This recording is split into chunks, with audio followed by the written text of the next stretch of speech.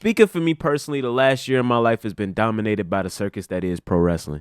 And to be fair to the individuals I'll be talking about today, how could it not be? It's a sport where you punch your coworkers in the face, drop them on their heads, and sometimes even spit on them. It's an environment that's going to lead to jealousy, anger, and to put it quite frankly, just overall dumb shit. Enter AEW. Now, if you know me, you know I didn't watch AEW until a certain muffin gobbler and terrible drinker joined the company. At first, I didn't have any negative feelings towards the company. I actually had no idea what it was at all. When All Out, the event that led to the creation of AEW, was announced, I was entering my senior year at a new high school. My two favorite rappers had passed away in a 3-month span, and I had to get used to a new environment. I had no interest in wrestling whatsoever. I had no idea who Adam Page was. I was a big fan of Cody Rhodes, but I had lost track of that TV show a long time ago. I've heard of the Young Bucks and Kenny Omega and the Bullet Club, but I had no idea what the Elite was. To be honest, up until about a year ago, I thought Tony Khan and Nick Khan were brothers. As time went on, though,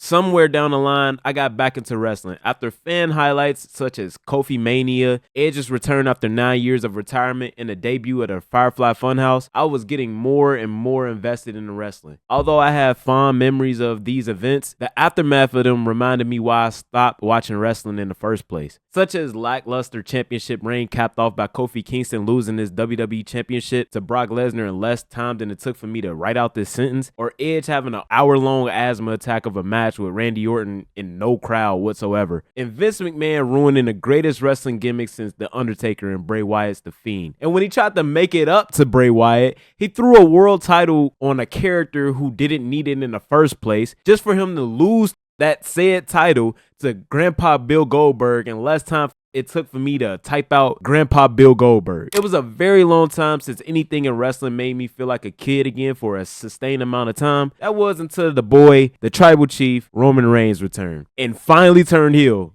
And I can't stress enough how big of a deal it was for Roman Reigns to turn heel. If you were around that John Cena time, people were begging John Cena to be a bad guy, and it never happened. So when Roman Reigns was basically the next John Cena, we were just expecting to have to just go through the same thing for another 20 years. But when he returned in 2020, after taking a sabbatical due to COVID, he returned with a new look. He had fully grown out the beard. He didn't do the goatee anymore. He had new teeth, and he looked bigger.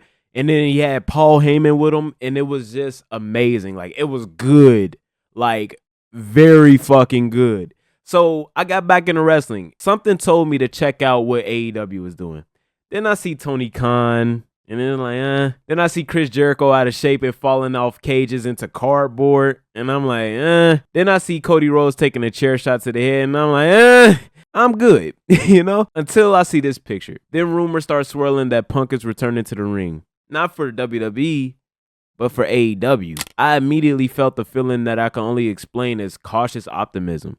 To put things into perspective, old Punker has been out of wrestling for 7 years, and every other day there was a clickbait article from WWEWhatCulture.com or a video from Sean's View Entertainment, shout out to you by the way, saying that Punk was coming back. So of course I had my doubts, but they did it. The madman Tony Khan managed to give wrestling fans the one thing they've been wanting more than anything for the last 7 years. And just like Roman Reigns, it was good.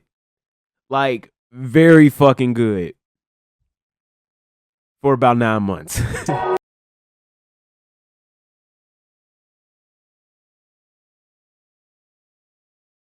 Remember when I said wrestling breeds jealousy, anger, and dumb shit? Here's what happens when all three combine and go unchecked. I think to really understand the significance of this event, we have to peel the cap back on AEW's origins. AEW, no matter what anyone says, was built around the vision of two people, Tony Khan, and whether he even knew it or not, CM Punk. Think of AEW like the headquarters of the revolution, where all the people who were either rejected by WWE or rejected WWE themselves made a home for themselves. Now, AEW diehards would probably call this blasphemy for reasons I'll go on and explain later, but about 4 to 5 years ago, even they'd admit this revolution began on June 27, 2011 in Las Vegas when CM Punk sat cross-legged on top of that stage and then proceeded to cut one of the most, if not the most, impactful promos in wrestling history. Nowadays, this promo would just be another good promo, but at the time, it was groundbreaking. To put into context, this promo was done at the height of the PG era, and I can't stress enough how policed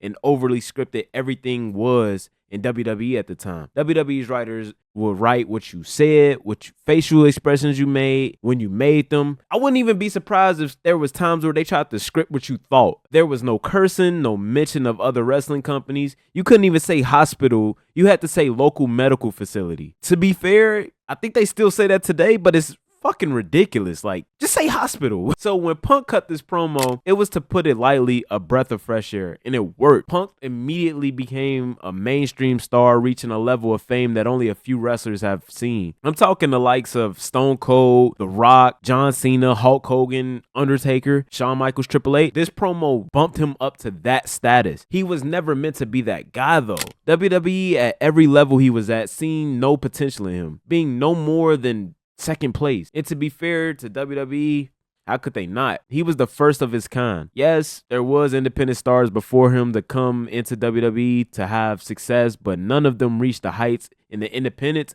or in WWE that Punk did. Punk was the catalyst for the biggest independent promotion in Ring of Honor that gave a foundation for the stars we love today, such as Kenny Omega, the Young Bucks, Sami Zayn, Kevin Owens, Bryan Danielson, running out of breath, Seth Rollins, Jon Moxley, formerly known as Dean Ambrose of The Shield. Punk literally crawled and walked so these guys could run and fly. But when Punk left in 2014, the revolution was all but dead. I mean, yeah, you had those aforementioned names such as Seth Rollins, Daniel Bryan, and Kevin Owens eventually make it to the top and hold World Championship gold. But if we're being honest, they were just placeholders till the biggest stars of yesteryear were ready to come back and take the throne. Then came Tony Khan, who, much like Punk and the names mentioned before, looks like someone you come across every day. Just a normal guy with a dream and the balls to go after it. To be honest though, in Tony Khan's case, he did have the checkbook as well, but that's neither here nor there. With said checkbook though, Tony Khan has the ability to make a company in his vision. And unfortunately, if you ask 100 people what is AEW's identity or vision, you'll get 100 different answers. Some people say it's sports-based wrestling. Some will say it's everything WWE isn't. And my man Jim Cornette would say it's indie outlaw mud show wrestling. And in a way, all of those answers would be correct.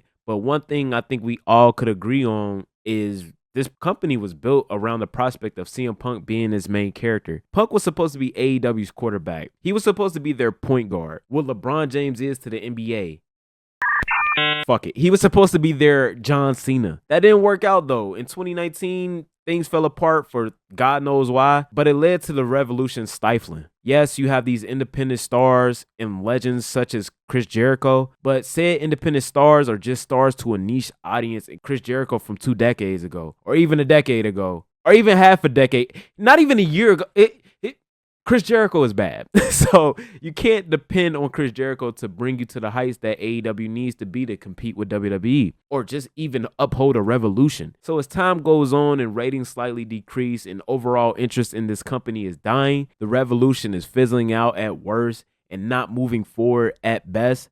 That was all until Punk basically came in, and they gonna hate to hear this, but saved the day. When Punk comes in, AEW immediately shoot up to a new level, getting coverage from major outlets, sold out an NBA arena on a rumor for the B show Rampage. By the way, while simultaneously WWE's 2 biggest stars, Roman Reigns and John Cena, are having a face-off before their bout at WWE's 2nd biggest pay-per-view, SummerSlam, Punk is on the other channel selling out an NBA arena and drawing the highest ratings on the B show has ever had and haven't even come close to duplicating since. Again, this is all on a rumor. It was never confirmed that Punk was coming back to wrestling, let alone AEW. To be fair to Punk's haters though, this was heavily teased and very much the worst kept secret, but still, you know what I'm saying? Like, Punk would debut for AEW and it was an amazing debut. He gave out ice cream bars. You have to go back and watch this promo. It's just, looking back at it, it's too sad for me as a wrestling fan to watch it because AEW should be competing with WWE, but you know,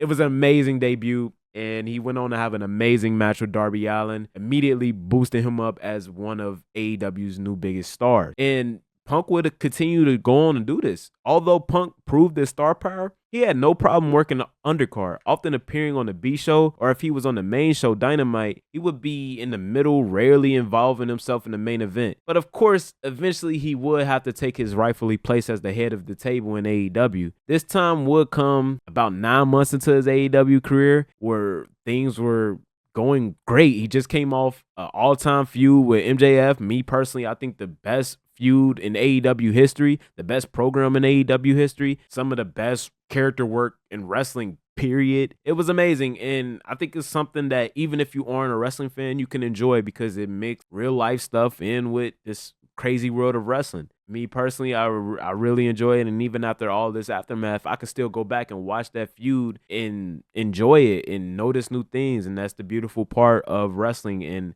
this controlled world. Him and MJF really took advantage of that, and they both became bigger stars because of it. So not only is he the biggest star in the company, he's red hot. People are yearning for CM Punk. I'm using yearning.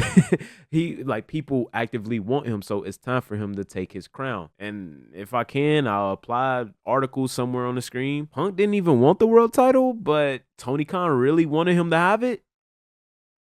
Damn, Tony. Unfortunately, yes, it made sense for Punk to be the world champion. It's just unfortunately who he had to take it from. Punk's time would unfortunately come 9 months into his AEW career, where he would challenge AEW world champion and more notably best friend and former member of the Elite, Hangman Adam Page. This would be unfortunately where shit hits the fan, and this is why we are where we are now. Now, in my original draft of the script, I left out the Elite's origin story, and that's because I really don't know it. I could tell you Punk's story like the back of my hand, but going into this, I didn't know much about the other side of this story. Upon further thought, though, I think it's very important to give context to these five gentlemen, as AEW, for better or for worse, would not be where they are without them. I remember always hearing about the independent stars, such as Kenny Omega and the Young Bucks. There would be a time where Cody Rhodes dominated the news cycle and would be all you hear about in the independents, but that would come at a time where I personally wasn't that involved in wrestling, but even I could not escape the buzz these guys were making on the independents. I'm sure fans of theirs look at this time very fondly, as this very well may have been their peak, and it really stems from this group called the Bullet Club. You may have seen their logo on a t-shirt. I know I have on a few occasions, which is actually kind of crazy because I've never even seen the Austin 316 shirt in public. From that group, though, a subgroup called the Elite will form in January of 2016,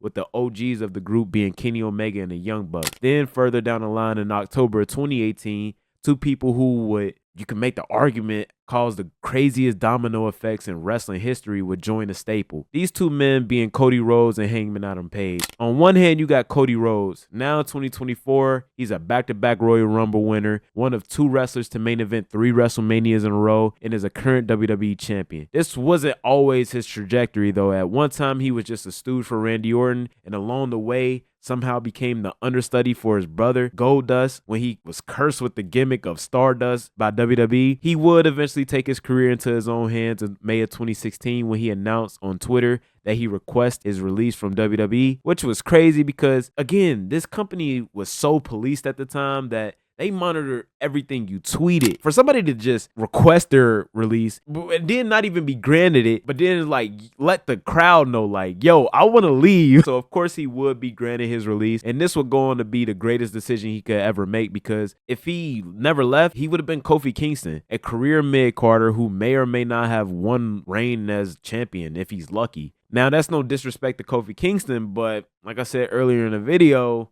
we all know how that ended for Kofi Kingston. Cody Rhodes really deserves a lot of the credit for the formation of AEW even existing, as he really was hands-on behind the scenes with the formation, famously or infamously taking a bet with wrestling journalist Dave Meltzer that indie wrestlers such as the Elite could not sell 10,000 tickets to a pay-per-view, which that pay-per-view would go on to sell those 10,000 tickets and would inspire Tony Khan to create AEW. I'm not sure if it's a hot take or not. I plan on explaining this idea further in a different project, but he really was the glue that held everything together. I don't believe it's a coincidence that everything goes to shit just 2 months after he announces he's leaving for WWE. And at the same time Cody is leaving AEW to join WWE, the other star who joined the Elite with him in 2018, Hangman Adam Page, is currently AEW World Champion. At this time, Adam Page was really only known to a niche audience who watched the independent wrestling scene. Unlike his counterparts, the Young Bucks, who made a name for themselves, often being regarded as the best tag team in the world, and Kenny Omega, often being regarded as the best wrestler in the world, Adam Page was really AEW's first homemade star. And it wasn't by accident either. Adam Page was involved in a long-term story that saw him deal with the battles of alcoholism and constantly letting people down around him, which led to him actually being betrayed by the Elite and kicked out of the group. This would lead to him arguably being the biggest babyface in AEW, where the fans would always root for him to get his shit together, and he actually would eventually get his shit together, where he would eventually defeat his former tag team partner